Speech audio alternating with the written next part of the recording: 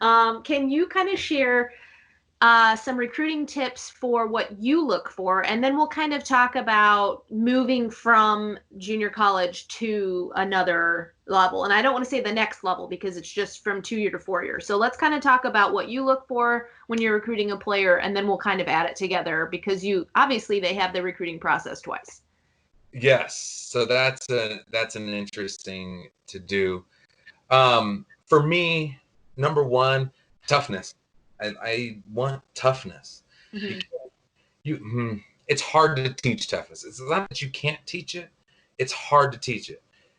You either are tough or you're not, or Mm-hmm. you're on your way to learning how to be tough. But if you've got toughness, man, there is a spot for you for with me, because when it comes down to it and the game's on the line, whatever your role is, are you tough enough to stick it out? Can you look the barrel, in this case the server, in the eye and be ready to pass that ball, or be ready to put that ball away for a kill or dig or whatever it is? Are you going to be disciplined enough to do these things?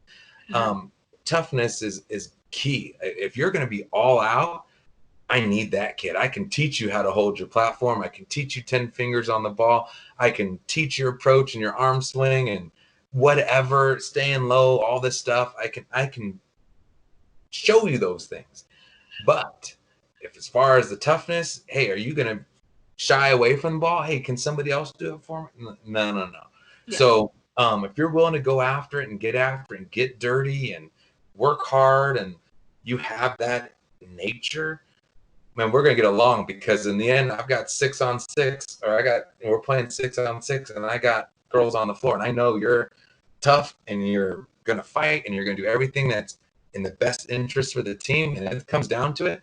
And I know I got a girl on the floor who's gifted, who's got all the pieces, but that kid's gonna get it done. So I might make a sub 1 in this situation. You Mm-hmm. know, I need that kid. But I look for all those kids all the time. If you have a certain amount of toughness, that's the edge that might help us defeat said team. And in my case, I've got an experience. Like, Mm-hmm. my tough kids had upset 2 number 1 teams in the country at the time. Like, we were just tougher. Like, we just got dirtier at the time. We knew it was at stake, and we got after it. Um, and so that's the culture that I want. I want tough kids. Mm-hmm. So that's a piece. That's a piece as far as that. And the other things that hold true as far as culture. I need loyal people. I need trustworthy people. I need people with integrity. Who've got the concept of team down. And they got that I can trust. And so a lot of my players, to be fair, are through connections of people that I know, that I trust, who say to me that this kid's going to fit your system, or I know, hey, this person does this, and so I know they'll be a good fit for me. And so there's that trust factor starting early, and you start the whole process recruiting wise. But number one, I would say, uh, definitely, are you a tough kid? Can you push through and persevere? Um, and then we can go from there. I'll find you a spot on the floor, like, or train you in a spot that you can help us somewhere. Um, so that's kind of what I look for immediately, especially in our junior college world. We're not always getting um, the most gifted athletes for whatever reason. So that's an aspect. Yeah. Uh, the other thing I like to speak about as far as junior college and the whole 2 year process is, fit. And we talk about fit a lot, and it's sometimes overly used now, and it's really tough. But for me, as far as fit, academically, you may not be great academically. Let's talk about Oni in her case. Academically, she wasn't ready for the rigors of a 4 year. She'd probably been better off not going to San Diego State initially and started at San Jack. But because of her situation, this is what happened. Are you ready academically? I think that's huge, huge, huge. Are you physically ready? You may have all the talent, but are you ready for 4 year volleyball? Because you're going to go 4 year, you're not going to get the game repetitions and the practice repetitions that you want if you're not athletically ready for that situation. You might be gifted again, you might have all these things, but you need a time on task and attention to your gifts. And you may not get that being, no offense, but being the bottom of the roster, because most coaches don't look at the bottom of the roster. To be fair, that's a general statement. A lot of coaches do, but to be fair. The next thing, emotionally ready. You may not be emotionally ready, and that doesn't mean you're going to fall to pieces and oh my god, and or you're a big baby or anything of that. You just may not be emotionally ready to make the jump from whatever 1A, 2A volleyball in whatever state, to go play at Boulder or at University of Illinois or at Berkeley or wherever. Like you you may not be ready emotionally for that stressor. And so you might be gifted that way. You might be able to play Division 1, but are you ready for those things emotionally? And so those are some things to keep in mind too that I also look at. And then there's just some other factors that you might have all of those things and ready, but you know what? You want to play right away. So you want to play right away and you don't want to sit for a year or two or however long. I want to play now.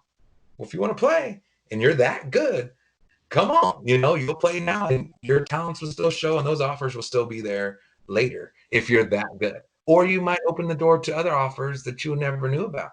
Because in this whole 2-year time span, I've seen not only physical maturity and athletic maturity, but emotional maturity. I used to think I wanted this. Now I think I can get that here too. I don't need the allure of whatever we think the allure is.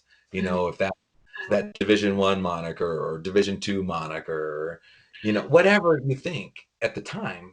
Hey, if you may not want that, there's plenty of athletes who have been good enough to go Division 1 that play Division 3 or NAI or whatever. And so, finding that fit is important. Again, we talk about that. One of the things that I also stress to my own kids is how important is your relationship to your coach? Like, is that a factor for you, or do you care how your coach coaches? Because if you know who you are, right, you'll know exactly. You don't respond this way. You don't respond to a quiet coach. You don't respond to a loud coach. You don't respond to a yeller. What do you know about yourself and how we like to think, oh, I'm good. I can be coached by anybody. But we tend to lend our ourselves to and react differently to different styles, and we want to be compatible with those that we can be compatible with. So again, are you looking at things academically, athletically, emotionally, and playing time? Like, to be fair, hey, the allure of going to play a big power school, but if you're not playing, are you getting better and are you doing what you really want to do? And that's not a negative thing. You may really want to be at that school, so it doesn't matter if you're playing or not. It's to each of us what our own wants and desires are, overall. And that's okay. There's no right or wrong here. There really isn't a right or wrong. It's, what do you feel? I don't want to give a connotation that this is better than that. It's just there's different options, but seek those options. And so, as I'm saying that, looking for players to come in, these are the things that I'm advising my own players to look uh, at other schools. Like, hey, here we are. This is the experience that you liked at Otero. Are you going to find that at this school? Yeah. Hey, their division this X, Y, and Z, or this NAI X, Y, and Z, or whatever. Okay. Oh, not a problem. Or, well, are you sure you want that? Because this is what you get when you get that. Yeah. You know? So we talk about a lot of things, and with this current sophomore group, their biggest deal is their relationship with their coach. And I that makes me feel good because I feel like I established a good culture and good relationship with my players, that they're willing to be patient on deciding something for what's going to be good for them to finish out their next 2 or 3 years. So, um, yeah, I Okay. hope that answered your question, but It kind of went all over the place. But No, no, it's a unique situation, I think, because like I said, I have coached at the junior college level as well, and I remember when I graduated from high school, the junior college near me on the south side of Chicago was like going to high school again, and that was the last thing that I wanted to do. And then I right, ended up coaching there after college, and I was like, oh, I had such the wrong idea of what it was right, until you actually got there. So it's nice to be able to share different ideas about different divisions so that kids know, like, hey, this is an option for me. I can find the right fit here, and it's not I settled for this, or it's not Division 1, so it's not great. So right. It's so unique, and I'll be honest with you too. Here I'm a head coach at a junior college now, and um, when I was back in California, I was like, oh, so and so junior college. Oh, you weren't smart enough to do this, or you're not good. And the preconceived notions are just so uh I'm gonna say immature to a yeah. certain extent or naive. Um, because it's changed my mind. Even before I got to Otero and I started coaching at the fort, it just changed my mind like dramatically. And the level of play, and I don't know how to stress this enough. The level of play at Division 1 at the high end is obviously the best, but Hmm. there's really bad low end Division 1 volleyball that can't hold a candle or a flame to the candle on anything, just like there's high level Division 2 that can compete with, we'll say, the middle tier, or sometimes maybe the 25, 26, 30th team at Division 1 if you got the number. Like, Yeah. there are Division 3 programs that are phenomenal. I'll take this. I was at the national tournament. If you take, let's say there's 16 teams, let's say you take the top 8 of those 16, they can compete. I know they can compete because a lot of them are going to these big schools Yeah. for various reasons. So if they're this talented kids at junior college that are going to play Division 1, going to play Division 2 at high levels, why couldn't this team that they've been comfortable with compete with said school Right. wherever? So, as you said, like you said, um, we as people, as coaches, as players, have to get rid of preconceived notions. You Hmm. know, preconceived notions need to go away, Definitely. and it's hard to get rid of those things once until you're in the mix. Like Yeah. my girls don't want to leave Otero. The girls that I've been there for the last 4 years, even my first year when I was there, they never really wanted to leave. They would have loved if it was a 4 year. But Yeah. do you think it was their first choice out the chute? I don't know.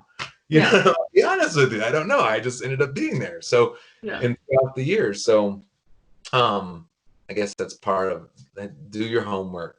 Do Yeah. your homework. Do your Yeah. homework. I So. Exactly.